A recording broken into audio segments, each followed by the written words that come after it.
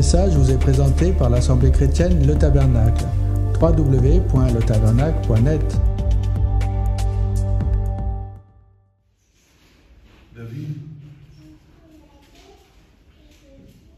dans un psaume, parmi les psaumes, nous appelons les cantiques des degrés. Ils sont des psaumes qui étaient écrits sur l'élévation de l'âme des hommes.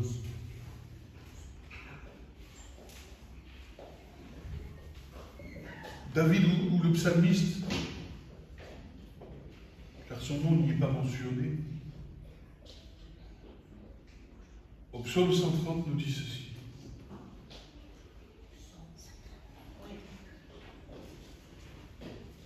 Je t'ai invoqué des lieux profonds, ô Éternel.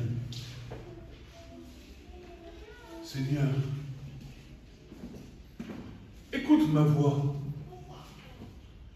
Que tes oreilles soient attentives à la voix de mes supplications. Ô Yah, si tu prends garde aux iniquités, Seigneur, qui subsistera? Mais il y a un pardon auprès de toi, afin que tu sois craint. J'ai entendu l'Éternel, mon âme l'a entendu, j'ai eu mon attente en sa parole. Mon âme attend le Seigneur, plus que les sentinelles n'attendent le matin, plus que les sentinelles n'attendent le matin. Israël, attends-toi à l'Éternel, car auprès de l'Éternel est la bonté, et il y a rédemption en abondance auprès de lui.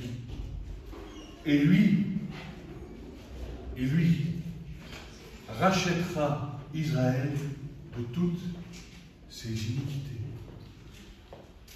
Alléluia.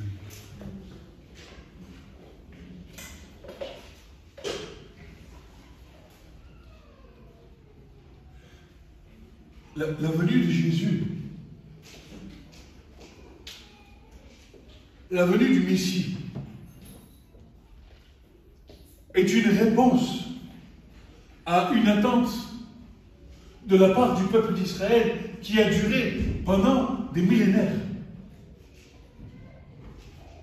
De Abraham jusqu'à la destruction du second temple, environ 1200 ans se sont écoulés, et le peuple d'Israël, depuis Abraham jusqu'à cette époque,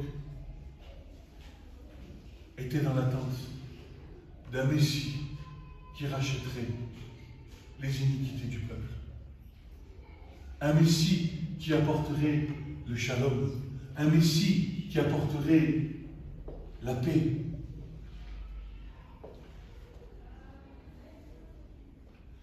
C'est pour ça d'ailleurs que bon nombre les Juifs de l'époque n'ont pas reconnu leur Messie. Ils n'avaient pas compris que la paix qu'il apporterait serait une paix intérieure et non pas une paix sur toute la terre.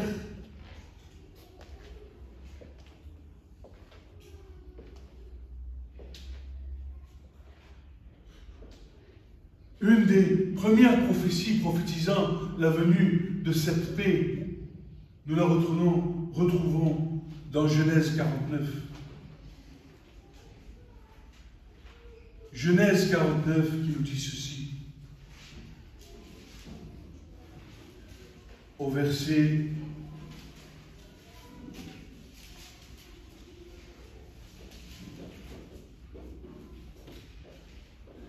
10. Et on va commencer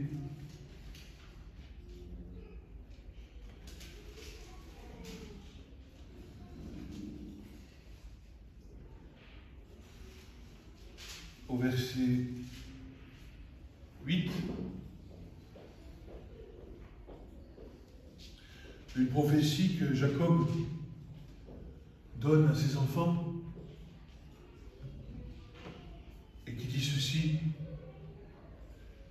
Je les diviserai en Jacob, je les disperserai en Israël. Toi, Judas, tes frères te loueront, ta main sera sur la nuque des ennemis, les fils de ton père, se prosterneront devant toi. Judas est un jeune lion, tu es monté auprès de la proie, mon fils, il se courbe, il se couche, comme un lion, comme une lionne qui le fera lever. Le sceptre, la verge, bien souvent identifié comme la droiture, le fil à plomb de Dieu.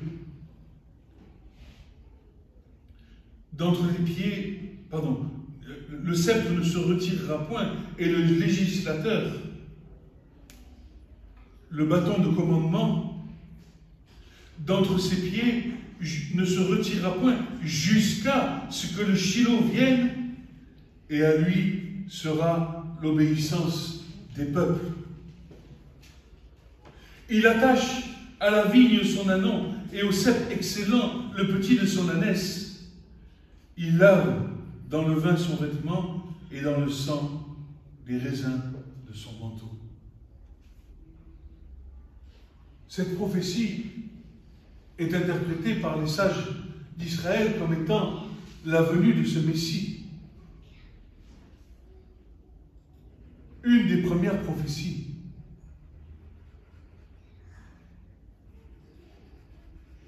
Et cette prophétie a été accomplie par la venue de Jésus. Son sacrifice et sa résurrection ont amené la paix sur toute la terre. La paix intérieure, la paix dans le cœur, une paix d'abondance. C'est lui, le prince de la paix. Amen. C'est celui en qui il n'y a plus de combat dans ta vie, parce que ta vie lui appartient. Il nous conduit, comme dit le psaume, l'Éternel est mon berger, je ne manquerai de rien. Même si je traverse la vallée de l'ombre de la mort, alors je sais qu'il est avec moi. Je sais parce que son nom est fidèle. Amen. Amen. Et dans nos vies, une multitude de choses peuvent nous amener à nous replier parfois sur nous-mêmes. Et je vais vous dire quelque chose. Ce n'est pas la bonne solution. La bonne solution, c'est de regarder en haut, vers le ciel, et d'avoir confiance en celui qui nous a rachetés. Nous appuyer sur Jésus. Avoir la foi en lui. Vous entendrez parler de guerre, de bruit de guerre. Toutes ces choses sont là pour vous déstabiliser dans votre foi. Et Jésus dit, celui qui persévérera jusqu'à la fin, il sera sauvé. Amen. Parce que tu es secoué dans ta vie et dans ta foi, dans la foi en celui qui t'a racheté, tu ne sais plus où donner de la tête. Mais c'est celui qui t'a racheté qui te garde. Est-ce que je suis assez bien? Est-ce que je suis assez pas bien? Est-ce que j'ai obéi à ses commandements? Est-ce que tout ci et tout ça? Non.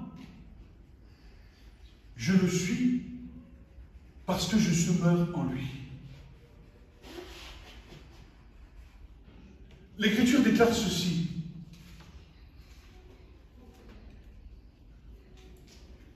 Toute la période du temps de Moïse, toute la période du temple jusqu'à la destruction du second temple, le peuple, pour s'approcher de Dieu et être agréé de Dieu, devait sans cesse offrir des sacrifices. Il fallait que le sang coule pour que Dieu puisse répondre et avoir un regard favorable envers son peuple. Il devait obéir à tous les commandements de la loi de Moïse. Et je vais te dire quelque chose ce matin. Nous ne sommes pas soumis à la loi de Moïse. Nous sommes soumis à la loi de l'esprit de vie qui nous a affranchis du péché. À l'esprit de vie qui est en Christ. Cet esprit de vie qui puise dans la loi de Moïse pour nous faire comprendre des choses non plus terrestres qui étaient liées à la terre, mais la loi, elle devient céleste, liée aux choses de l'esprit. Car l'Écriture dit que si tu transgresses un seul des commandements, alors tu as transgressé toute la loi. Alors soit tu te mets sous le regard de la loi de Moïse, et à ce moment-là, il te faut pratiquer la loi de Moïse, y compris la circoncision, soit tu te mets sous le regard de la loi de l'esprit de vie qui t'a libéré du péché et de la mort. Car l'Écriture dit ceci.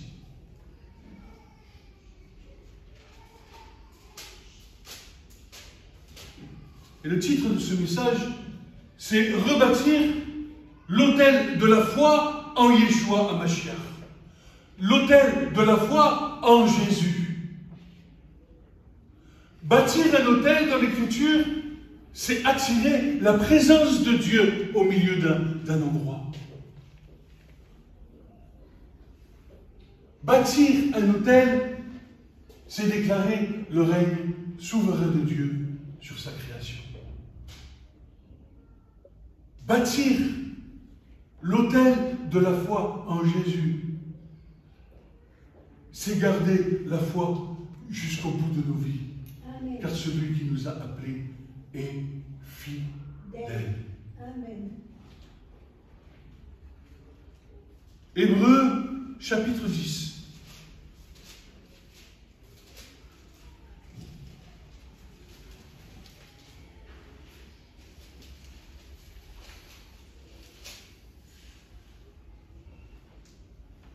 Nous dit ceci. Car la loi, ayant l'ombre des biens à venir, non l'image même des choses, ne peut jamais, par les mêmes sacrifices que l'on offre continuellement chaque année, rendre parfait ceux qui s'y approchent. Autrement, n'eussent-ils pas cessé d'être offerts, puisque ceux qui rendent le culte étaient encore une fois purifiés et n'auraient plus aucune conscience de péché. Mais dans ces sacrifices, tu comprends, le sacrifice, chaque année, le Yom Kippour, était un temps pour purifier les consciences des Juifs qui s'approchaient de Dieu. C'était un temps, et ce sacrifice était renouvelé chaque année pour que tu puisses t'approcher de Dieu à nouveau. Et il fallait d'abord pouvoir demander pardon à tes frères, etc., de façon à s'approcher avec un cœur pur, une conscience purifiée. Et le sang de l'agneau ou du taureau qui rentrait dans le lieu saint permettait la purification de tes consciences, pas de la conscience, mais la purification des péchés et des iniquités devant Dieu. Et l'Épître des Hébreux nous dit ceci, autrement, ils n'eussent-ils pas cessé d'être offerts, puisque ceux qui rendent le culte, étant une fois purifiés, n'auront plus aucune conscience de péché. Mais il y a dans ces sacrifices, chaque année, un acte remémoratif des péchés, car il est impossible que le sang des taureaux ou des boucs ôte le péché. C'est pourquoi, en entrant dans le monde, il dit, tu n'as voulu ni offrande ni holocauste, mais tu m'as formé un corps, et j'ai dit, me voici, envoie-moi pour accomplir, ô Dieu, toute ta volonté. Ayant dit plus haut, tu n'as pas voulu de sacrifice, ni d'offrande, ni d'holocauste, ni de sacrifice pour le péché, et tu n'y as pas pris plaisir. Lesquels sont offerts selon la loi, alors qu'il est dit, voici je viens pour faire ta volonté. Il ôte le premier afin d'établir le second.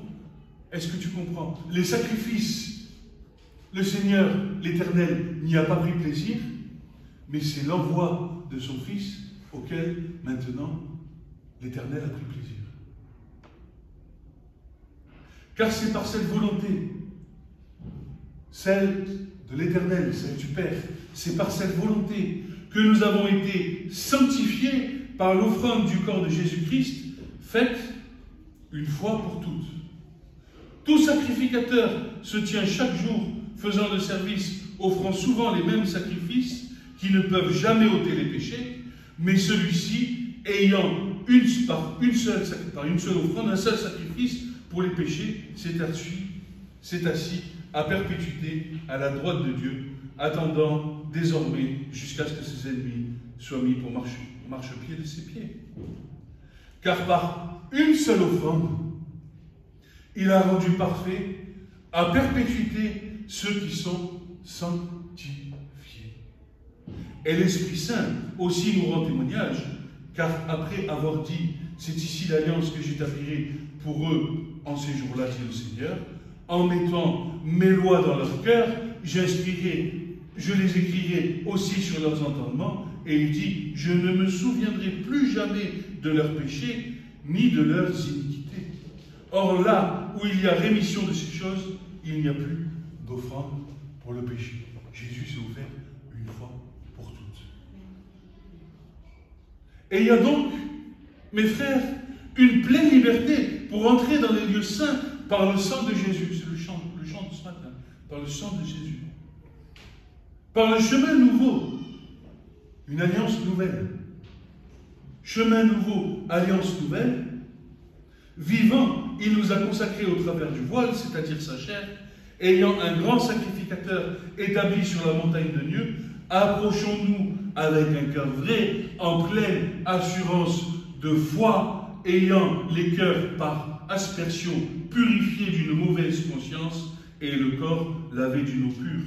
Retenons la confession de nos espérances sans chanceler, car celui qui a promis est fidèle.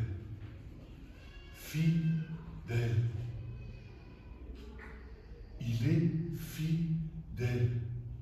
Dis-le avec moi ce matin. Jésus est fidèle. Et Paul dit que l'œuvre qu'il a commencée en vous par le Saint-Esprit, il l'accomplira jusqu'au bout. Amen.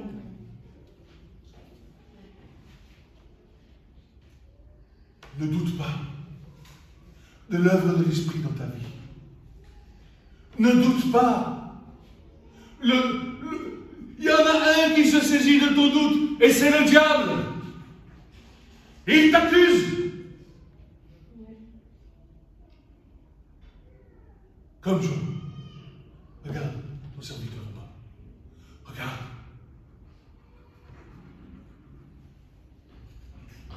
C'est l'accusateur des frères. C'est celui qui est là pour venir appuyer là où tu as du doute. Ne doute pas. Le Seigneur est venu te chercher. Ce n'est pas toi qui es venu le chercher. Et il est le gardien de nos âmes. C'est lui le gardien de nos âmes. Amen. Amen. C'est lui qui va nous garder jusqu'au bout pour nous faire rentrer dans le royaume éternel. C'est lui qui nous a acquis la résurrection, par la résurrection, la vie éternelle. Et c'est par là qu'en retour, la sanctification s'opère par le Saint-Esprit dans ta vie. Car la sanctification, au temps d'Israël, était faite par des lois et des commandements. Mais aujourd'hui, la sanctification du croyant qui s'approche de l'œuvre de la croix ne se fait plus par des commandements, mais il se fait par quoi? C'est le travail de qui, la sanctification? C'est le travail du Saint-Esprit dans ta vie. C'est lui qui te met à part. C'est lui qui te montre le chemin dans lequel tu dois marcher. Après, la réponse que tu dois avoir t'appartient. Cette réponse en soumission à l'Esprit. Esprit qui te conduit dans la loi de la liberté. Pécherions-nous donc, dit Paul, qu'ainsi advienne. Mais je constate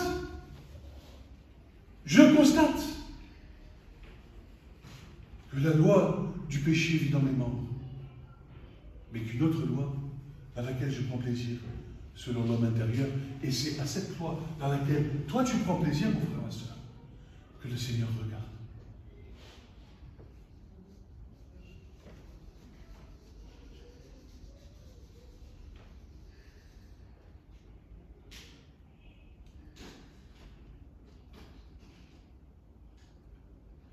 Un des plus grands malheurs de l'être humain, et si nous en sommes ici en 2025, c'est quoi? C'est qu'il se doit être capable de quelque chose. Tu n'es capable de rien. Tu ne peux pas plaire à Dieu.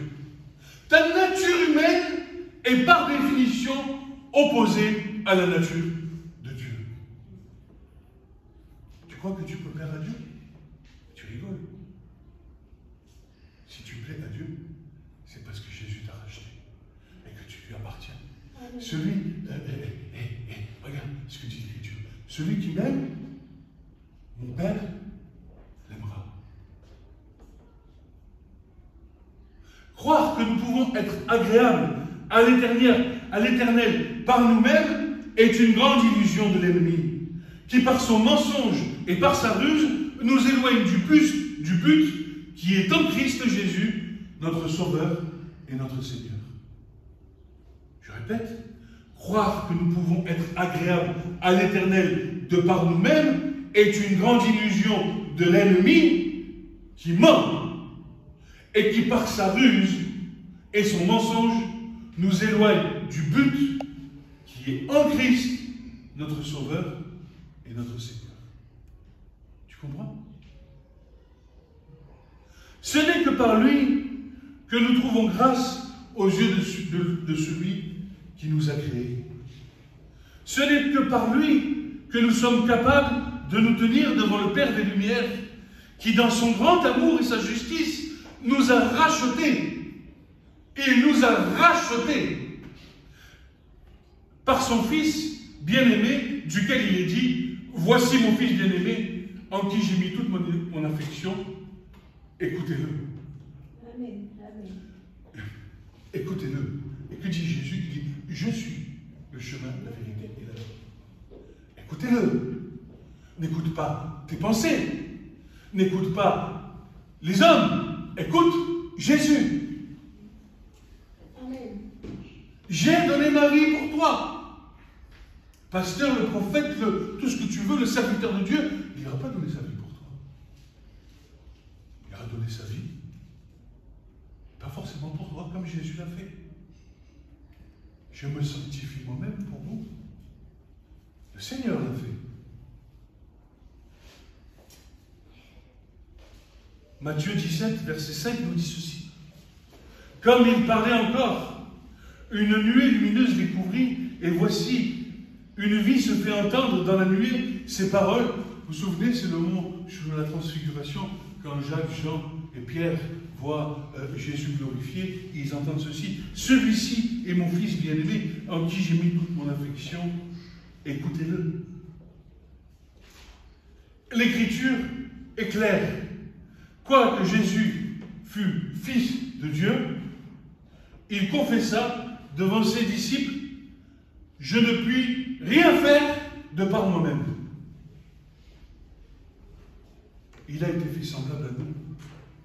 Il a été, nous dit l'Épître aux Philippiens, que de la gloire qu'il avait, il est descendu dans un corps de chair et il n'a pas regardé comme une proie arrachée ce qu'il était, mais c'est il y est lui-même jusqu'à la mort et la mort de la croix, afin que Dieu puisse l'élever à la gloire au-dessus de tous les cieux. Je ne puis rien faire de moi-même. Jean 5, verset 19 nous dit ceci. Jésus reprit donc la parole et leur dit, en vérité, je vous le dis, le Fils ne peut rien faire de lui-même. Il ne fait que ce qu'il voit faire au Père. Tout ce que le Père fait, le Fils fait pareillement. Le Fils fait pareillement. Je ne peux rien faire de moi-même. Mais ce que je fais, et Paul le dit aussi, il dit ceci, tout ce que je vis, aujourd'hui je le vis dans la gloire dans la foi au Fils du Dieu vivant. Jésus donc, Jean 8, verset 28 à 42, nous dit ceci. Jean 8, versets 28 à 42. Jésus donc leur dit, « Quand vous aurez élevé le Fils de l'homme, alors vous connaîtrez ce que je suis, et que je ne fais rien de moi-même, mais que je parle selon ce que le Père m'a enseigné. Celui qui m'a envoyé est avec moi. Il ne m'a pas laissé seul, parce que je fais toujours ce qui lui est agréable. » Comme Jésus parlait ainsi, plusieurs crurent en lui. Et il dit aux Juifs qui avaient cru en lui, « Si vous demeurez dans ma parole, vous êtes vraiment mes disciples. Vous connaîtrez la vérité, et la vérité vous affranchira. » Ils lui répondirent, « Nous sommes de la postérité d'Abraham, nous ne fûmes jamais esclaves de personne. Comment dis-tu, vous deviendrez libres? En vérité, je vous le dis, leur répliqua Jésus, quiconque se livre au péché est esclave du péché. Or, l'esclave ne demeure pas toujours dans la maison, le Fils demeure toujours. » Tu comprends? Tu ne resteras pas toute ta vie sous l'esclavagisme du péché, parce que Jésus t'en libérera. Parce que vous êtes les affranchis du Seigneur. Et ils lui répondirent,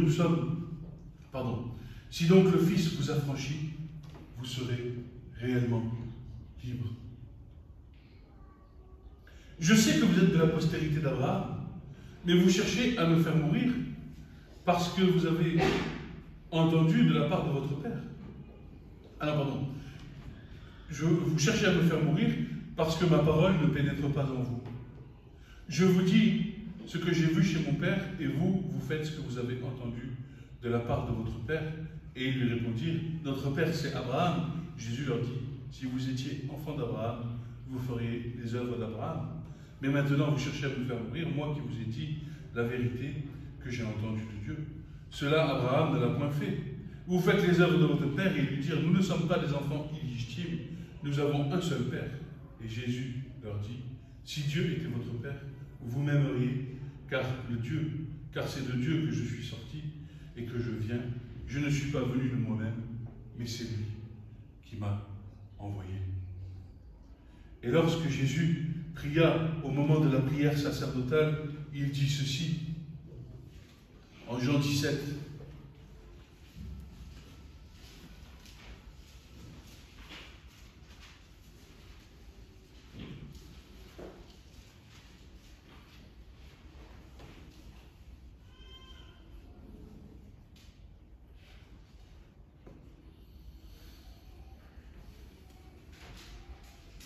Or, verset 20, je ne fais pas seulement des demandes pour ceux-ci, mais aussi pour ceux qui croient en moi par leur parole, afin que tous soient un, comme toi, Père, tu es en moi et moi en toi, afin que eux aussi soient un en nous, afin que le monde croie que toi tu m'as envoyé, et la gloire que tu m'as donnée, moi aussi je la leur ai donnée, afin qu'ils soient un, comme nous sommes un, moi en eux, toi en moi, afin qu'ils soient consumés en un, et que le monde connaisse que toi, tu m'as envoyé, et que tu les as aimés comme moi, tu m'as aimé. Il est clair qu'au travers de ce passage, Jésus manifeste la volonté du Père, et qu'au travers de Jésus-Christ, nous sommes rendus semblables à son image d'une part, mais aussi rendus agréables au Père par celui qui nous aime, quoique nous soyons bien imparfaits à plusieurs égards. Écoute, je vais te dire, le travail de l'Esprit Saint, la sanctification dans ta vie, elle ira jusqu'au bout. Et tu verras Jésus comme il est que le jour où tu fermeras les yeux sur cette terre. Quand tu fermeras les yeux, alors tu seras rendu conforme à l'image à laquelle tu es appelé. Seulement, ne laisse pas la voix de l'Esprit Saint t'éloigner du but de cette sanctification. Ce temps dans lequel tu dois être mis à part. La sanctification, c'est quoi? C'est être mis à part. Ne pas faire comme le monde fait.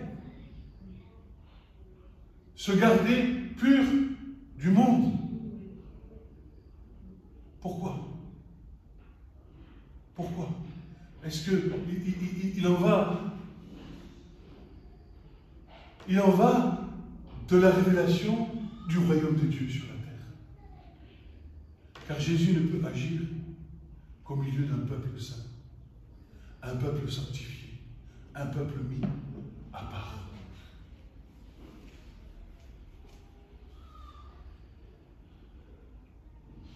Il ne faut pas confondre deux choses. Confondre, c'est dire la confusion. Ne pas savoir où camper. Or, de ce que je peux comprendre de l'Écriture, dans ma misérable vie terrestre, c'est que la confusion n'est pas de Jésus, mais plutôt de celui qui nous accable, à savoir l'ennemi de nos âmes, appelé le diable ou encore Satan. Car Jésus dit, celui qui croit en moi ne sera point confus.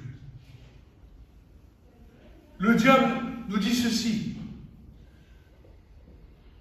veut dire ceci, en grec, du mot diabolos.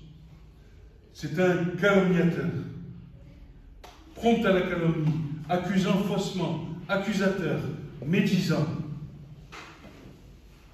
Il s'oppose à Dieu, il est l'auteur du mal, persécuteur des bons, les entraînant au péché et les éloignant de Dieu. Ça vient du mot diabolo, qui veut dire diffamer, calomnier, accuser ou dénoncer. Dis-toi, mon frère, ma soeur, qu'à chaque fois que tu te sens accusé, calomnié, dénoncé, ou que tu te sens dans toutes ces situations-là, cela ne vient pas de Dieu, mais vient du diable. Amen. Et c'est là que nous discernons les attaques de l'ennemi dans nos vies. Satan veut dire en hébreu, Satan, il est l'adversaire, il est celui qui résiste, il est un adversaire surhumain, et c'est aussi un nom propre. C'est un adversaire qui en veut à nos vies. Il est ennemi et accusateur. Il résiste et il s'oppose aux croyants. Or, si Jésus est venu sur terre, c'est pour détruire les œuvres du diable. Écoutez-moi, ce matin, quand je nous ai vus chanter à la louange, je disais, Seigneur, voici tes rachetés. Et je vais te dire quelque chose. Le fait que tu sois ici ce matin, en train d'adorer ton Seigneur, c'est déjà une victoire sur le diable. Amen. Amen. Parce que ceux du dehors n'ont pas cette grâce de pouvoir s'approcher de Dieu en esprit et en vérité, comme nous l'avons chanté ce matin. 1 Jean 3 nous dit ceci.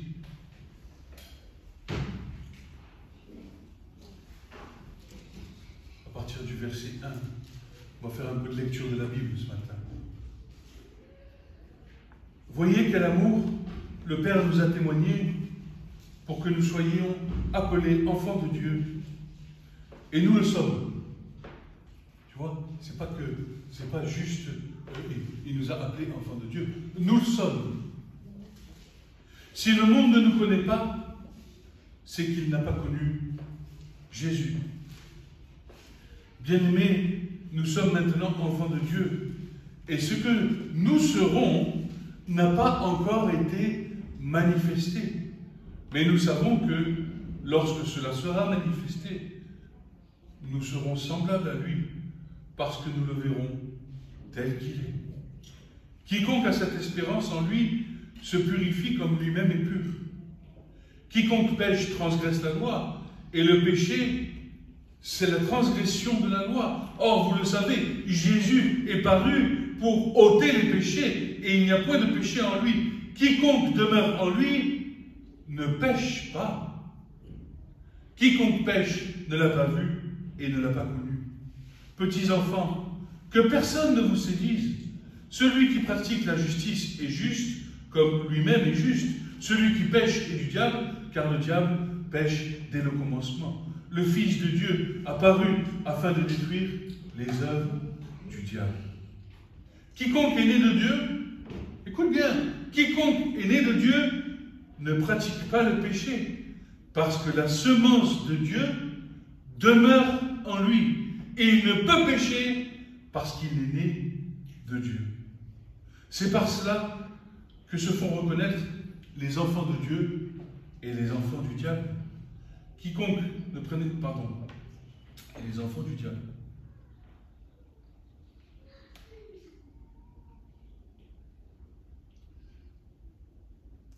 Quiconque est né de Dieu ne pratique pas le péché, parce que la semence demeure en lui, pardon, et parce qu'il est né de Dieu. C'est par là que se font reconnaître les enfants de Dieu et les enfants du diable. Quiconque ne pratique pas la justice n'est pas de Dieu, non plus celui qui n'aime pas son frère. Car vous a été annoncé ce que vous avez entendu dès le commencement, c'est que nous devons nous aimer les uns les autres, ne pas ressembler à Caïn qui était du malin et qui tua son frère. Et pourquoi le tua-t-il? Parce que ses œuvres étaient mauvaises et celles de son frère étaient justes. Ne vous étonnez pas, frères, si le monde vous haït.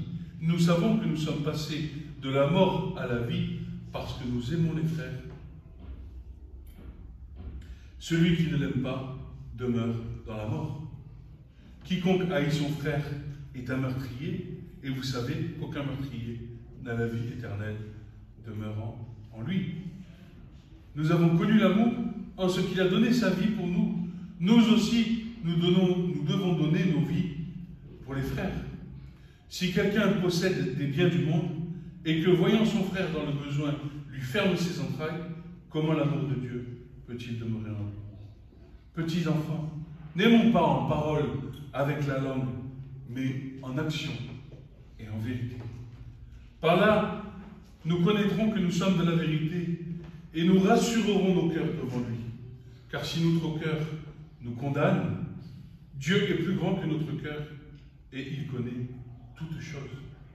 Bien-aimés, si notre cœur ne nous condamne pas, nous avons de l'assurance devant Dieu.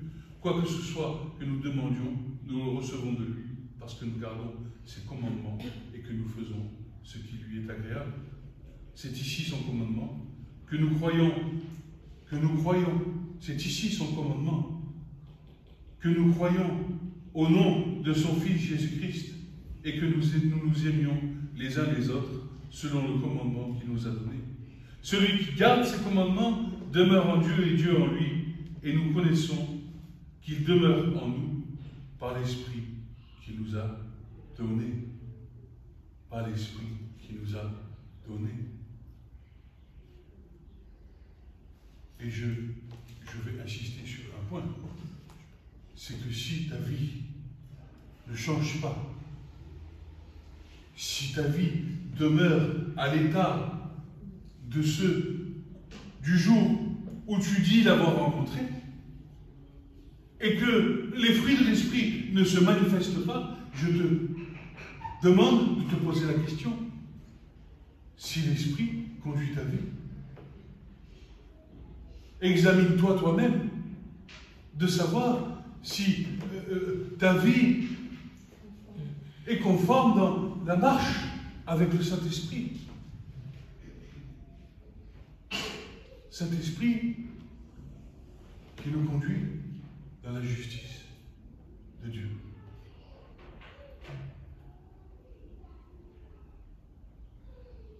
Continuons.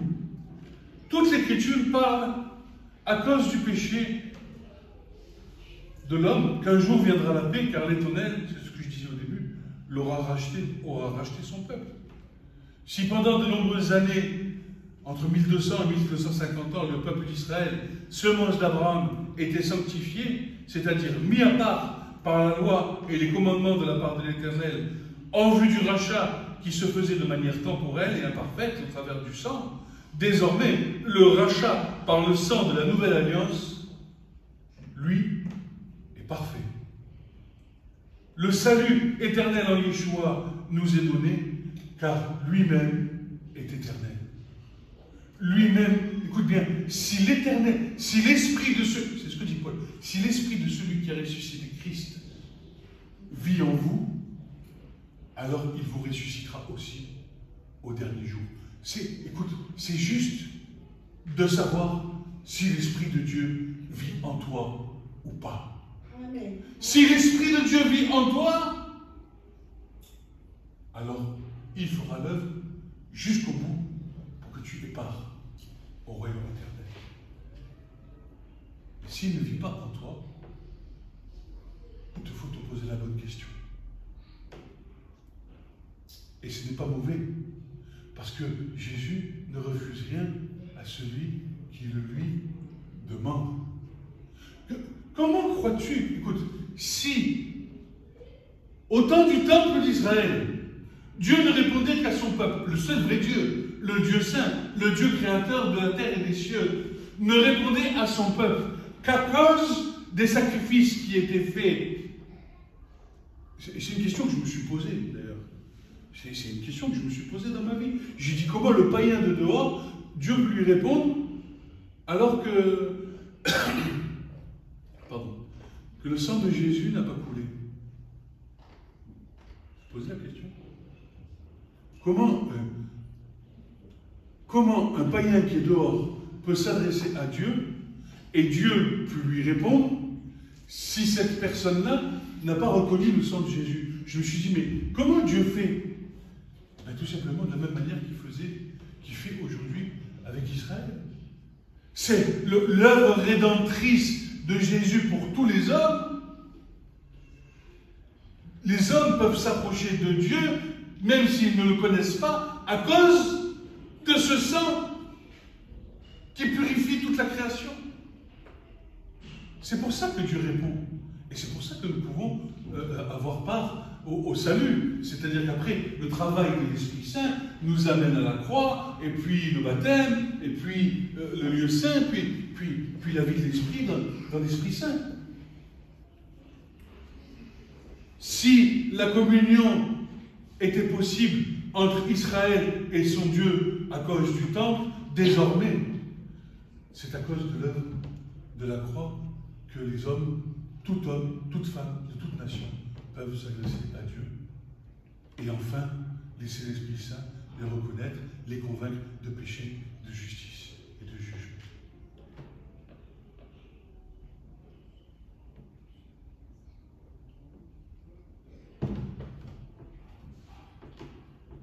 Quand je parle de confusion, je dis qu'il ne faut pas confondre salut et sanctification. Ces deux choses ont une réalité spirituelle bien différente. Car quiconque s'approchait de l'autel était saint, de la même manière, quiconque s'approche de la croix par la foi le devient. Exode 29, verset 37 nous dit ceci. Pendant 7 jours, tu feras propitiation pour l'autel, tu le sanctifieras. Et l'autel sera une chose très sainte. Quiconque touchera l'autel sera saint. Au temps de Moïse, la préfiguration de l'autel représentait la croix, le sacrifice de l'agneau ou du bœuf qui sanctifiait celui qui faisait une offrande volontaire. De la même manière, et même plus, ceux qui s'approchent de la foi, par la foi de la croix, reconnaissant que Jésus a été crucifié pour eux, mais aussi ressuscité pour l'éternité, sont sanctifiés par la foi en son nom. Le service accompli dans le tabernacle céleste est bien plus grand que celui qui en représentait seulement les images. Car en effet, ce n'est pas avec du sang des animaux que nous avons été rachetés, mais par le sang du Fils de Dieu qui s'est présenté devant le Père disant ceci: « Me voici, moi et les enfants que tu as rachetés. Hébreux 2 nous dit ceci. C'est pourquoi nous devons porter une plus grande attention aux choses que nous avons entendues, de peur que nous nous en écartions. L'auteur s'adresse à des Juifs. C'est l'épître aux Hébreux. Il s'adresse à des Juifs ayant reconnu Jésus. Car si la parole prononcée par les anges a été ferme, si toute transgression et désobéissance a reçu juste rétribution, comment échapperons-nous si nous négligeons un si grand salut? Si tu négliges le si grand salut qui t'a été donné, ayant commencé par être annoncé par le Seigneur, nous a été confirmé par ceux qui l'avaient entendu, Dieu rendant témoignage avec eux par les signes et des prodiges et par divers miracles et distribution de l'Esprit Saint selon sa propre volonté. Car ce n'est point aux anges qu'il a assujetti le monde habité dont nous parlons, mais quelqu'un a rendu ce témoignage quelque part, disant « Qu'est-ce que l'homme que tu te souviennes de lui, ou l'homme que tu le visites? Tu l'as fait un peu de moindre que les anges, tu l'as couronné de gloire et d'honneur, tu l'as établi sur les œuvres de tes mains, tu l'as assujetti toutes choses sous ses pieds, car en assujettissant toutes choses sous ses pieds, il n'a rien laissé qu'il ne lui soit assujetti. Mais maintenant, nous ne voyons pas encore que toutes choses lui soient assujetties, mais nous voyons Jésus qui a été fait un peu moindre que les anges à cause de la passion de la mort, couronné de gloire et d'honneur, en sorte que par la grâce de Dieu, il goûta la mort pour tout. Car il convenait pour lui, à cause de lui qui sont toutes choses, et par lui et par qui sont toutes choses, qu'amenant plusieurs fils à la gloire, il consomma le chef de leur salut par les souffrances.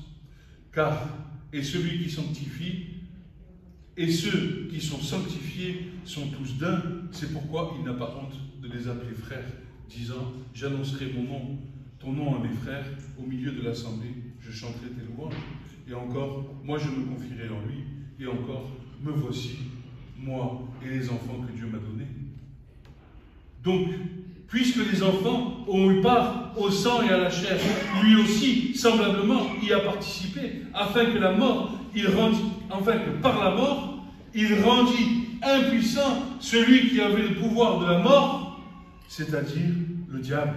Et il délivra tous ceux qui, par crainte de la mort, étaient pendant toute leur vie asservis à la servitude. Car certes, il ne prend pas les anges, mais il prend la semence d'Abraham. C'est pourquoi il dut en toutes choses être rendu à ses frères, afin qu'il fût un miséricordieux et fidèle souverain sacrificateur dans les choses qui concernent Dieu, pour faire propitiation pour les péchés du peuple, car en ce qu'il a souffert lui-même, étant tenté, il est à même de secourir ceux qui sont tentés. Alors, j'ai une bonne nouvelle pour vous ce matin. C'est la bonne nouvelle de l'Évangile.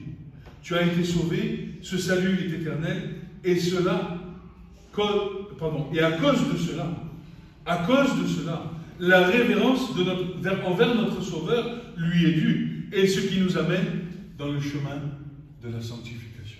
C'est parce que Jésus t'a sauvé que tu réponds dans ce chemin de sanctification par l'Esprit Saint qui vit en toi. Ne doute pas. Ne doute pas. Mais marche, avance, travaille.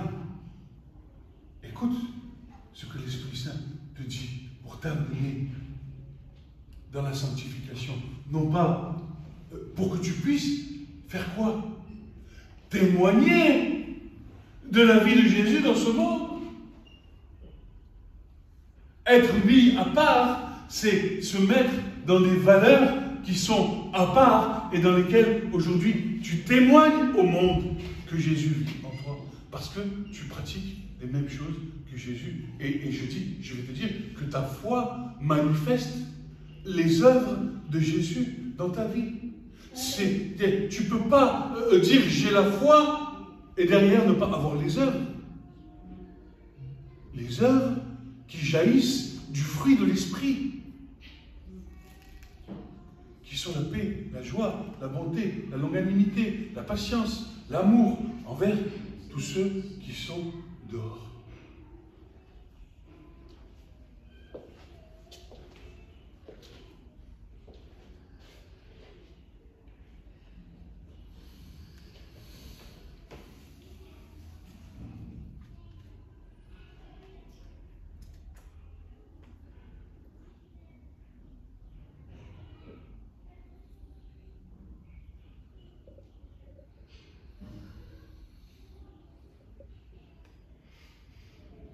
Pousse des cris de joie, fille de Sion. Pousse des cris d'allégresse, Israël. Réjouis-toi et triomphe de tout ton cœur, fille de Jérusalem. L'Éternel a détourné tes châtiments. L'Éternel a éloigné ton ennemi. Le roi éternel est au milieu de toi. Tu n'as plus de malheur à éprouver. En ce jour-là, on dira à Jérusalem, ne crains rien. Sion, que tes mains ne s'affaiblissent pas. L'Éternel, ton Dieu, est au milieu de toi, comme un héros qui sauve. Il fera de toi sa plus grande joie. Il gardera le silence dans son amour. Il aura pour toi des transports d'allégresse.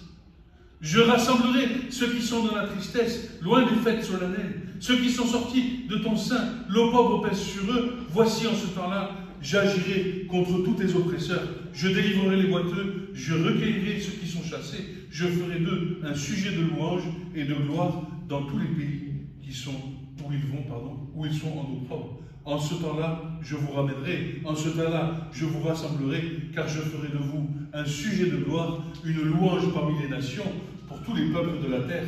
Et je ramènerai vos captifs sous vos yeux, dit l'Éternel. Amen. Amen. Alléluia. Amen. Alléluia. Et c'est pour nous, c'est pour Israël, mais c'est pour nous aussi. Soit dans l'allégresse, soit dans la joie.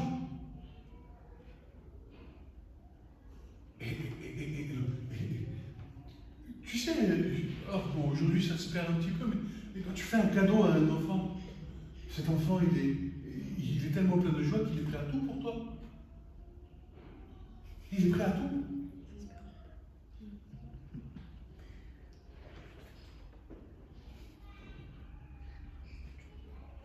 Écoute bien, Église, et je suis très sérieux avec ça.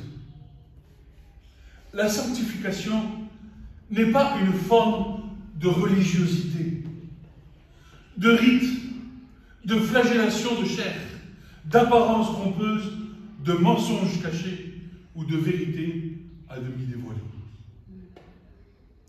La sanctification, c'est pas ça. La sanctification, elle s'opère par le fruit de l'Esprit Saint dans nos vies. C'est tout.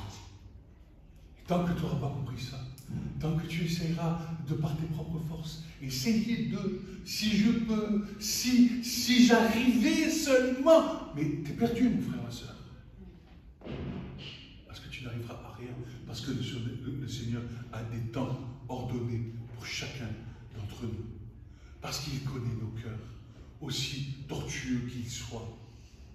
Car l'imagination des pensées du cœur de l'homme sont tordues dès le plus jeune âge, nous dit l'Écriture.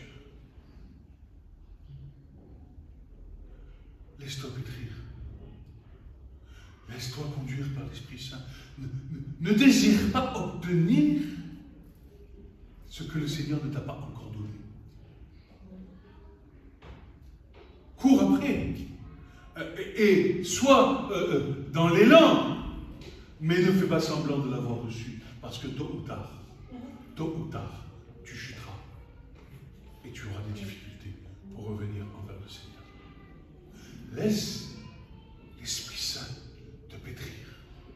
Laisse l'Esprit Saint te montrer les failles encore qu'il y a dans ta vie. Observe les attaques de l'ennemi. Parce que tu n'as pas fini, mon frère, ma soeur. Nous tous qui avons des enfants et des petits-enfants, nous n'avons pas encore fini. Parce que l'ennemi, il se sert d'eux pour nous attaquer à nous. Et nous devons nous tenir devant la face de Dieu pour savoir discerner toutes ces choses. Amen. Amen. Amen. Celui qui aura gardé la foi jusqu'au bout. La foi, pas...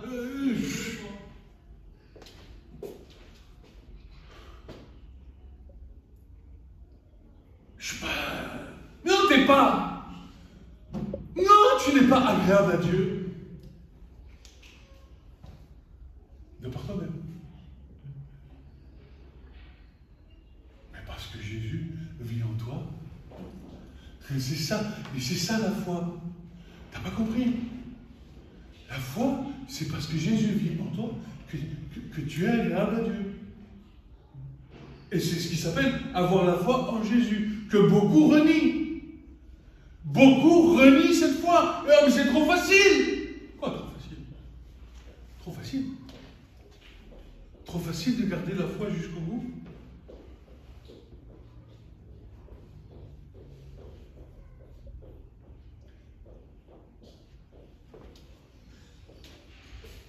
Jacques.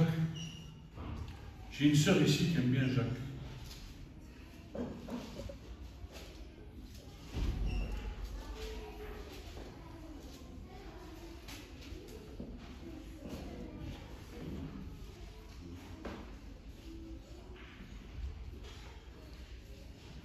Et c'est pas Jacques.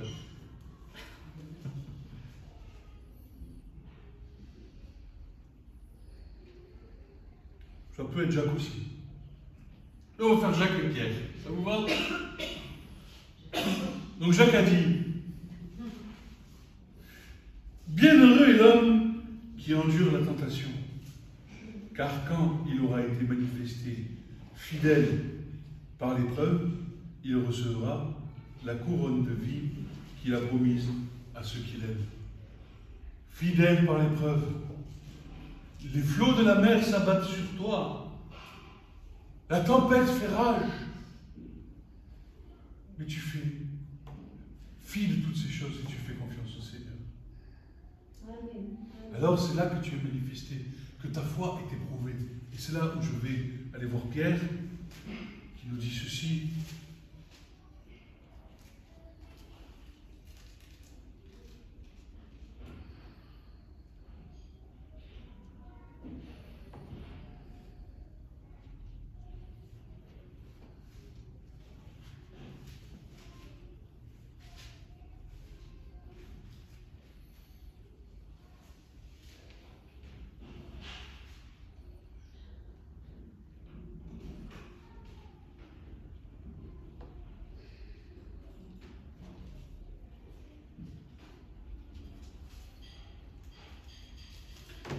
Passage, mais il nous dit que lorsque la foi, qui est bien plus précieuse que l'or périssable,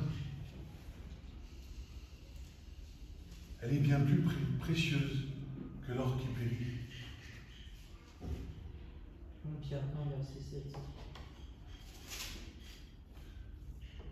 Voilà, merci. Béni soit le Dieu et Père notre Seigneur Jésus-Christ, qui selon sa grande miséricorde, écoute Église, nous a régénérés pour une espérance vivante par la résurrection de Jésus-Christ d'entre les morts, pour un héritage incorruptible, sans souillure, inflétrissable, conservé dans les cieux pour vous, qui êtes gardés par la puissance de Dieu, par la foi, pour un salut qui est prêt à être révélé au dernier temps, en quoi vous vous réjouissez tout en étant affligés. Écoute bien, il est gardé pour dans les derniers temps, quoique vous vous réjouissez tout en étant affligés, si nécessaire, afin que, par diverses tentations, afin que l'épreuve de votre foi, bien plus précieuse que l'or qui périt, et toutefois éprouvée par le feu, soit trouvée tournée à la louange, à la gloire et à l'honneur dans les révélations de Jésus-Christ, lequel, quoique vous n'ayez pas vu, vous aimez, quoi que vous n'ayez pas vu, vous aimez. Amen. Et croyant en lui, quoique maintenant vous ne le voyez pas, écoute bien, et les mots sont importants, et croyant en lui, quoique maintenant vous ne le voyez pas, vous vous réjouissez d'une joie ineffable et glorieuse, recevant, écoute bien, la fin de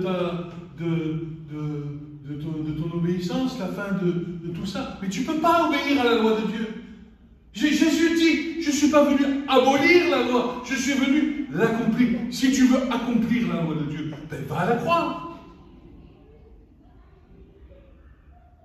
Vous liez des fardeaux, dit Jésus aux pharisiens. Vous liez, une fois qu'ils sont... vous faites des prosélytes, et une fois qu'ils sont devenus de votre côté, vous en faites des fils de la GL. La fin de votre foi, qu'est-ce qu'on obtient? Le salut des âmes, duquel les prophètes ont prophétisé, de la grâce qui vous était destinée, et qui se sont informés et enquis avec soin, cherchant quel temps ou quelle sorte de temps l'Esprit de Christ qui était en eux indiqué, rendant par avance témoignage des souffrances qui devaient être rendues par le Christ et les gloires qui en suivraient.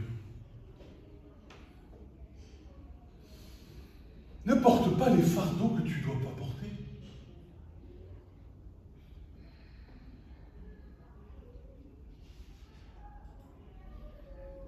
Jésus est fidèle. C'est son nom, fidèle, juste et véritable.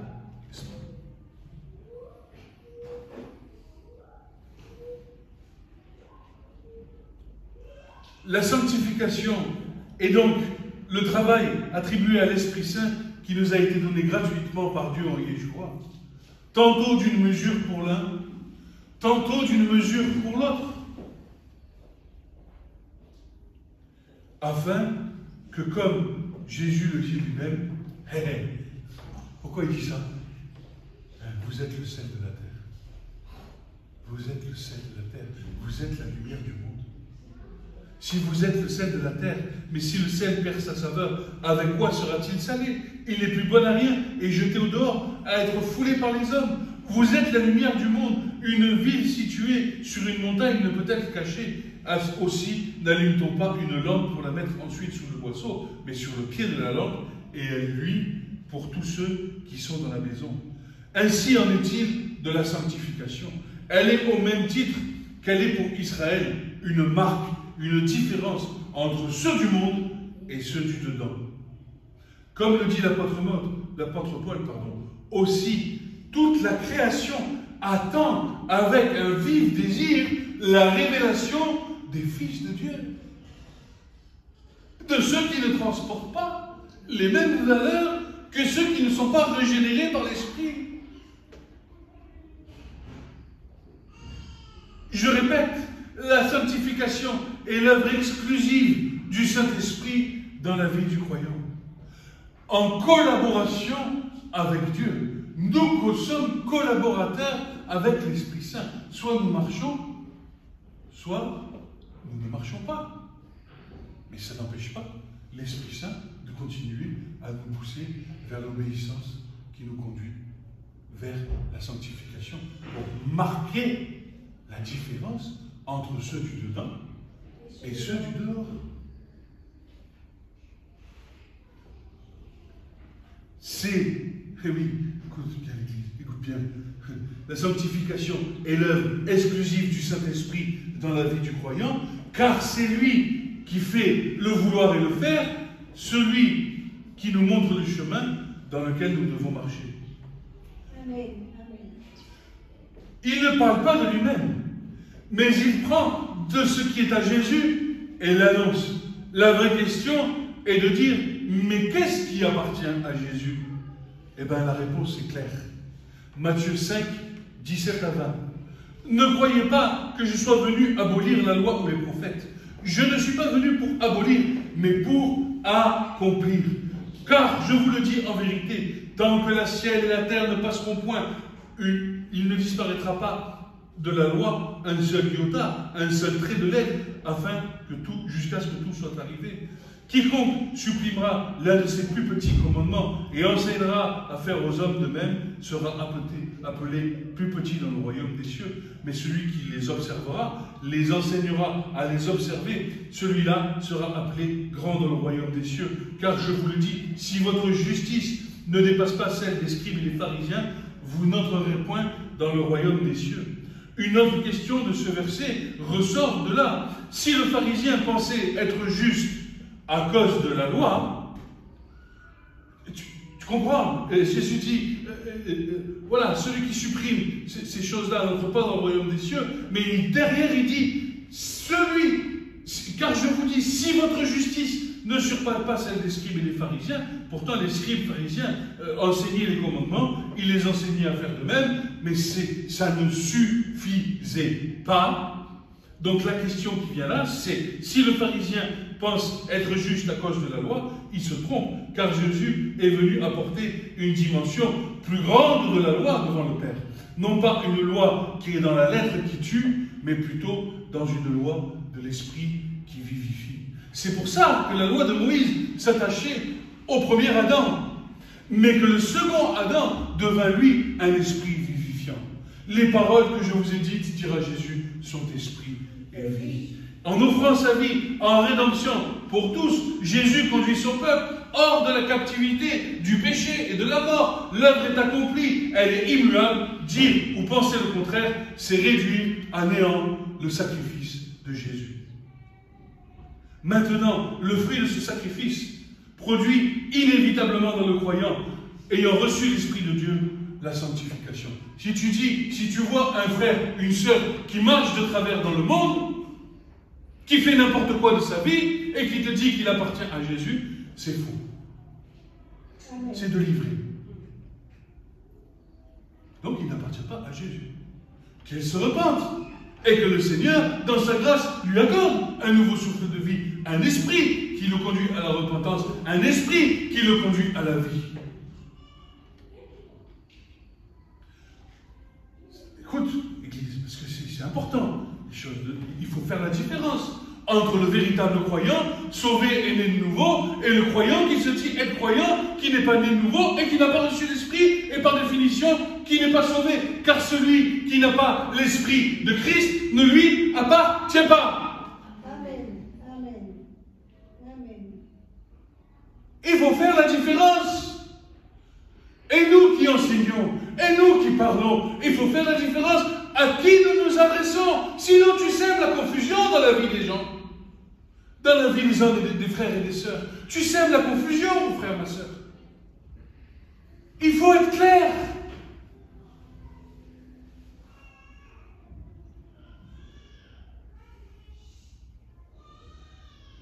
Maintenant, le fruit de ce sacrifice produit inévitablement dans le croyant, ayant reçu l'Esprit de Dieu, la sanctification.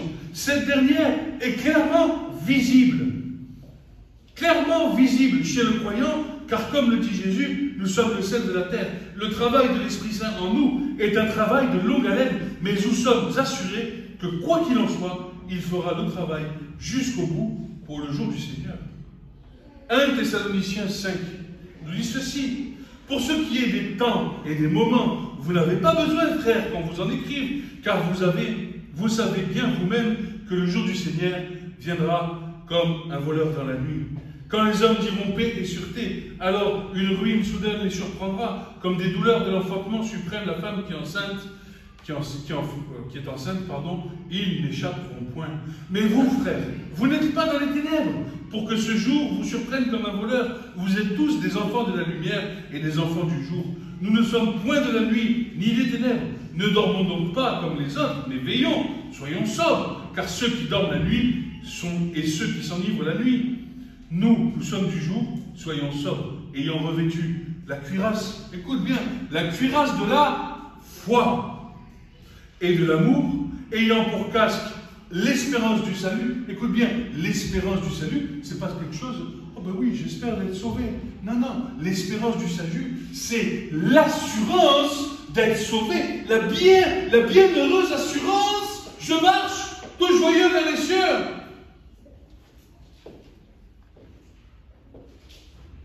L'espérance l'espérance du croyant et l'assurance que le jour du salut viendra pour lui.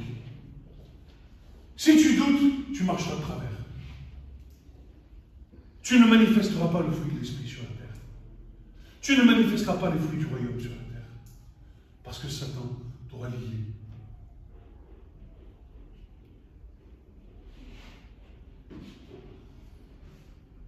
Écoute bien, je continue. L'espérance de Dieu du salut. Eh bien voilà. Paul continue. Car Dieu ne nous a pas destinés à la colère, mais à l'acquisition du salut par notre Seigneur Jésus-Christ, qui est mort pour nous. Quoi que nous veillions, quoi que nous dormions, nous vivions ensemble avec lui. C'est pourquoi exhortez-vous réciproquement, édifiez-vous les uns les autres, comme en réalité vous le faites. Nous vous prions, frères, d'avoir de la considération pour ceux qui travaillent parmi vous et qui vous dirigent dans le Seigneur et qui vous exhortent. Ayez pour eux beaucoup d'affection à cause de leur œuvre. Soyez en paix entre vous. Nous aussi, nous vous en prions, frères. Avertissez ceux qui vivent dans le désordre. Consolez ceux qui sont abattus. Supportez les faibles. Usez de patience envers tous. Prenez garde que personne ne rende à autrui mal pour mal, mais poursuivez toujours le bien, soit entre vous, soit envers tous. Soyez toujours joyeux, priez sans cesse, rendez grâce en toutes choses, car c'est à votre égard la volonté de Dieu en Jésus-Christ. N'éteignez pas l'esprit, ne méprisez pas les prophéties, mais examinez toutes choses, retenez ce qui est bon, abstenez-vous sur toute espèce de mal, que le Dieu de paix vous sanctifie lui-même, tout entier, que tout votre être, l'esprit, l'âme et le corps soient conservés irrépréhensibles lors de l'avènement de notre Seigneur Jésus-Christ. Celui qui vous a appelé est fidèle et, écoute bien l'Église, à nouveau, c'est lui qui le fera. Pas toi, pas moi, c'est lui. Ayant les yeux fixés sur Jésus. Quoique nous ne le voyons